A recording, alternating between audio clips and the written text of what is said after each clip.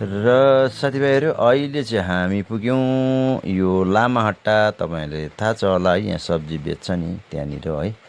त्यहाँबाट चाहिँ हामी जाँदैछौँ। अहिले हामी चाहिँ लप्चू गएको नि त, लप्चू फ्युनेरलमा गएको।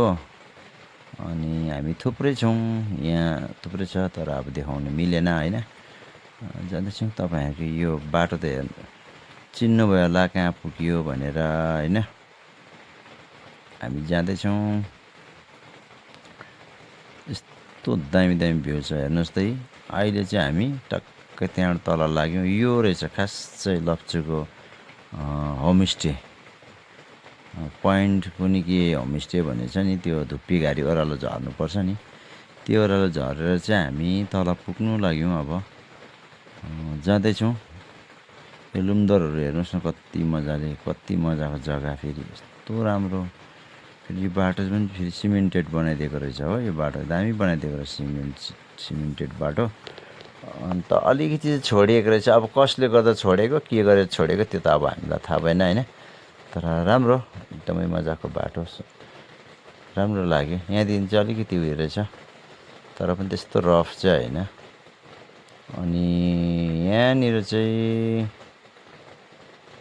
अलिकति चाहिँ घाजागुजुक सानो गाडीहरूलाई चाहिँ अलिकति साह्रो पर्ने रहेछ।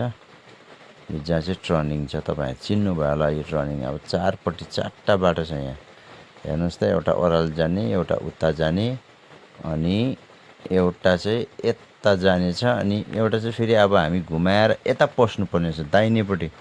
अहिले हामी जुन साइड जाँदैछौँ त्योदेखि चाहिँ फेरि गाडीलाई घुमाएर चाहिँ टक्कै अब ब्याक गर्दैछ है दाजुले। ब्याक गरेर त्यहाँबाट चाहिँ हामी लाग्छौँ। हेर्नुहोस् त, त्यहाँबाट चाहिँ हामी सट्टै घुमिएपछि चाहिँ